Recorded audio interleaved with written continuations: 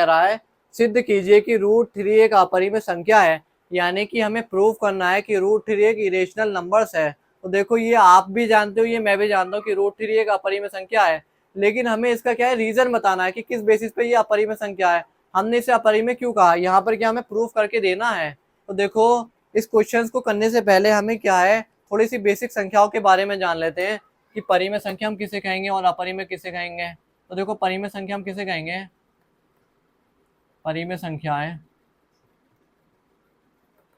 हम किसे कहते हैं, परिमेय संख्याएं कि वे संख्याएं जिन्हें हम पी वाई क्यू के रूप में लिखते हैं परिमेय संख्याएं कहलाती हैं। यानी कि वे संख्याएं जिन्हें हम पी वाई क्यू के रूप में लिखते हैं उन संख्याओं को हम परिमेय संख्याएं कहते हैं। तो जिसका एग्जाम्पल होता है आपका क्या 1/2, 2/3, 4/3, यानी कि वे संख्याएं जो भिन्न के रूप में लिखी हुई होती हैं, हर वंश के रूप में लिखी हुई होती हैं, उन्हें हम परिमेय संख्याएं कहते हैं। तो देखो परिमेय संख्याओं को हम क्या है सहअभाज्य संख्याएं भी कहते हैं। तो एक क्वेश्चन आता है कि सहअभाज्य संख्या क्या होती हैं। सहअभाज्य संख्या उन्हें कहते हैं कि जिन संख्याओं का क्या कहते हैं उभयनिष्ठ गुणनखंड 1 होता है, यानी कि जिन संख्याओं का HCF हाईएस्ट कॉमन फैक्टर 1 होता है। तो देखो परिमेय संख्या ही क्या है सहअभाज्य संख्याएं होती हैं, इसे हम क्या कहते हैं सहअभाज्य संख्याएं कहते हैं, सहअभाज्य संख्याएं कहते हैं। तो देखो सहअभाज्य संख्या आप अच्छे से समझ लीजिए, इसका यूज होना है। सहअभाज्य संख्या जैसे हमने परिमेय संख्या का एक एग्जांपल ले लिया 1/2, तो इसके जो उभयनिष्ठ गुणनखंड होता है वो 1 से अधिक नहीं होता है।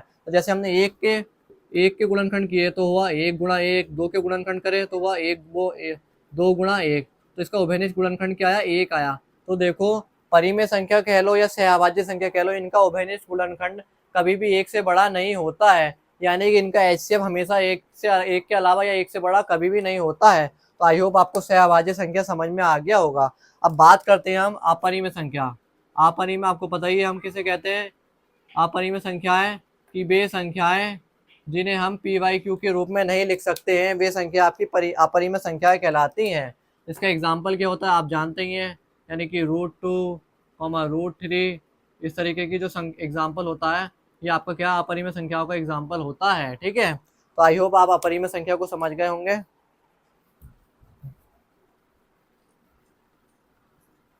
तो देखो इस क्वेश्चन को समझाने से पहले मैं आपको एक एग्जांपल से समझा देता हूँ कि जैसे मेरे पास एक बाइक है और मेरी बाइक खराब है, लेकिन मेरा फ्रेंड क्या है उस बाइक को मांग रहा है, तो उसे यकीन नहीं हो रहा कि मेरी बाइक खराब है।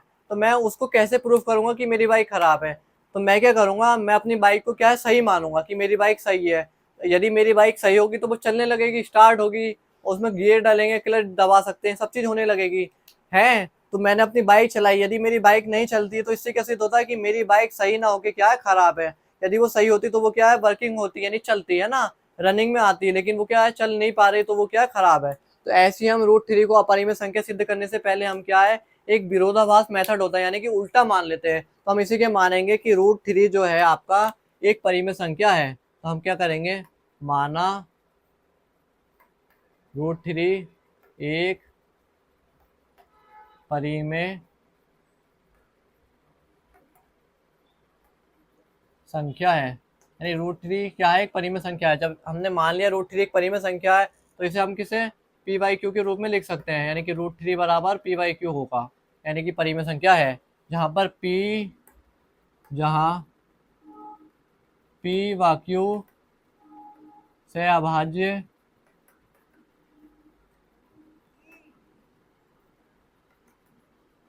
संख्याएं हैं या पूर्णांक हैं। ठीक है, जहाँ पी व क्यू से अभाज्य संख्याएं हैं, यानी कि P और Q का HCF क्या होगा 1 होगा, यानी कि P और Q का HCF जो होगा आपका 1 होगा, या 1 से अधिक नहीं, 1 से अधिक कभी भी नहीं होगा। ठीक है, तो हम इसको देखो P को वन साइड कर लेते हैं या फिर इसका क्रॉस गुणा कर देते हैं, तो Q इधर चला जाएगा और P अकेला रह जाएगा। तो P बराबर हो जाएगा आपका कितना, P बराबर कितना हो जाएगा आपका √3 ठीक है। अब यहाँ तक तो हमारा सवाल आ गया। तो देखो अब हमें सवाल को आगे हल करना है। किसी भी चीज को जब हम सिद्ध करते हैं तो क्या है उसके कुछ पैटर्न होता है, उसका एक पैटर्न होता है उस सवाल को करने का। तो देखो P बराबर √3 आ गया, इसके बाद तो सवाल आगे सॉल्व ही नहीं हो रहा है। तो जब सवाल सॉल्व नहीं होता तब क्या करते हैं हम दोनों ओर वर्ग करते हैं। हम क्या करते हैं फिर दोनों ओर वर्ग करने पर, यानी कि जब हमने दोनों ओर वर्ग किया तो कितना आ जाएगा P² बराबर √3 क्यू स्क्वायर, और कितना आ जाएगा पी स्क्वायर बराबर हो जाएगा आपका 3 क्यू स्क्वायर। तो यानी कि पी स्क्वायर बराबर क्या, 3 क्यू स्क्वायर, यानी कि पी 3 जो है पी स्क्वायर का गुणनखंड है। जैसे कहीं पे लिखा है 9 बराबर लिखा है 3 × 3, तो यानी कि 3 जो है, ये वाला 3 जो है इस 9 का क्या है, गुणनखंड है, यानी कि इस 9 के गुणनखंड किए तो 3 × 3 के रूप में आए, यानी पी स्क्वायर के जब गुणनखंड किए तो 3 क्यू स्क्वायर के रूप में आए। एक और एग्जाम्पल है, समझिए, जैसे कहीं लिखा है 9 स्क्वायर इज इक्वल टू 9 डॉ इंटू 3 स्क्वायर, तो ये क्या बराबर है, 9 का स्क्वायर कितना हो गया, 81 हो गया, ठीक है, और 9 × 3 का स्क्वायर हो गया आपका 9, तो ये क्या बराबर ही है। तो देखो आप इस सिचुएशन को यहाँ समझो, ये जो 9 है ये इसका क्या है, गुणनखंड है, यानी कि 9 स्क्वायर के गुणनखंड करे तो 9 × 3 स्क्वायर के रूप में आए, तो 9 जो होगा इन 9 स्क्वायर का भी तो गुणनखंड होगा, यानी कि 9 स्क्वायर को हम इस तरीके से लिख सकते हैं, 9 × 9 बराबर 9 × 3 का स्क्वायर, ठीक है। इस सिचुएशन को आप यहाँ समझो, तो देखो ये जो 9 है इस 9 का गुणनखंड है, ये 9 जो है इस 9 स्क्वायर का गुणनखंड है, तो ये सिंगल 9 भी क्या है, 9 का भी तो गुणनखंड होगा, है ना, यानी कि इस 9 से इस 9 को भी हम विभाजित कर सकते हैं। तो अब हम यहाँ पे क्या लिखेंगे, 3 पी स्क्वायर का एक गुणनखंड है, या होगा, लिख दो होगा, तो 3 पी का भी एक गुणनखंड होगा, ठीक है। तो आई होप आपको इतनी बात समझ में आ गई होगी। तो यानी कि जब हमने पी स्क्वायर के गुणनखंड करे वो 3 क्यू स्क्वायर के रूप में आए, यानी कि 3 जो है पी स्क्वायर और पी दोनों का ये क्या है, गुणनखंड है, ठीक है। आप इतनी बात समझ चुके होंगे। तो अब देखो हम क्या करते हैं, माना पी जो हमने संख्या मानी थी, ये माना पी बराबर हमने मान लिया कितना, 3a मान लिया, हमने p बराबर क्या माना, 3a मान लिया। अब आपका क्वेश्चन होगा कि सर हमने p बराबर 3a ही क्यों माना, और p बराबर हमने 3a माना क्यों, रीजन क्या है इसका। तो देखो हमने 3a क्यों माना, हमारी जो संख्या है वो √3 के रूप की है, ठीक है, और p यहाँ पे क्या है, एक पूर्णांक है, यानी कि p और q क्या एक संख्या होंगी, तो हमने क्या 3a एक संख्या मान ली, जहाँ पर a क्या है आपका, a एक पूर्णांक है, यानी कि a क्या है आपका, एक पूर्णांक है, ठीक है। आई होप आपको ये समझ में आया होगा। अब हम क्या करते हैं, इस p को, p का मान इस समीकरण से 1 मान लेते हैं, p का मान समीकरण 1 में रखने पर, जब हम p का मान समीकरण 1 में रखते हैं तो हम देखो इसके बाद का सॉल्यूशन आपका ऊपर है, हम p का मान समीकरण 1 में रखते हैं तो p बराबर क्या है, 3a square is equal to 3 q square, 3 square हो जाएगा, 3 का स्क्वायर हो जाएगा 9, ए स्क्वायर 3 × क्यू स्क्वायर, तो 3 से 9 कट हो जाएगा, तो क्यू स्क्वायर बराबर आ जाएगा आपका कितना, 3a स्क्वायर।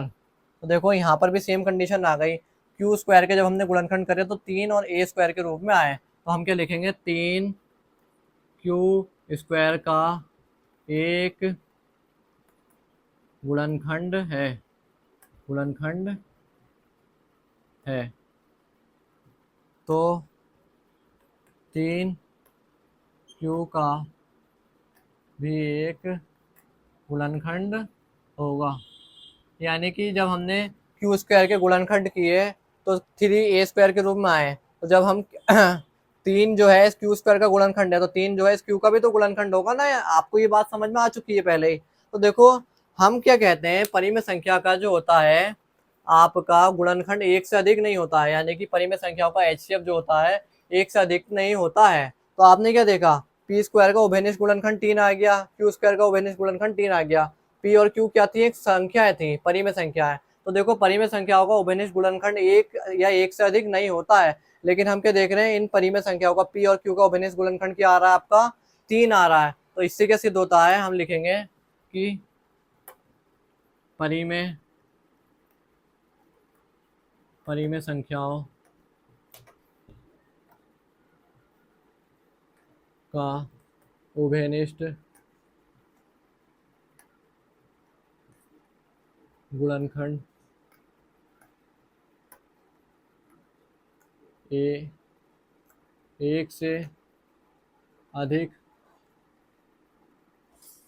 नहीं होता है।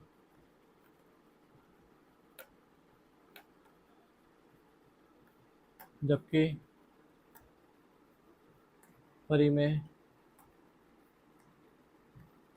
संख्या p व q का उभयनिष्ठ गुणनखंड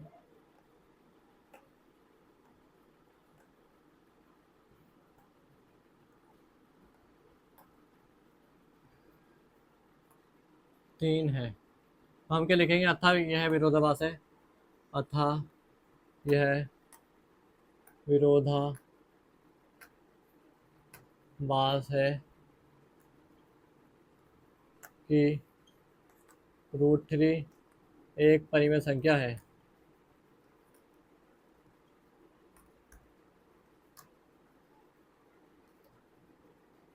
यानी कि तो आप क्या सिद्ध होता है कि √3 एक अपरिमेय संख्या है, तो आप लिख देंगे अतः √3 एक अपरिमेय संख्या है। ठीक है, अब लास्ट में तो देखो मैं आपको एक बात बताऊं, इस सवाल में हमसे पूछा था √3 को एक अपरिमेय संख्या सिद्ध करना था। तो एक मेथड होता है किसी भी चीज को जो सिद्ध करना होता है, हम क्या उसका उल्टा मानते हैं। तो हमने इसे √3 को एक हमने क्या माना, परिमेय संख्या माना।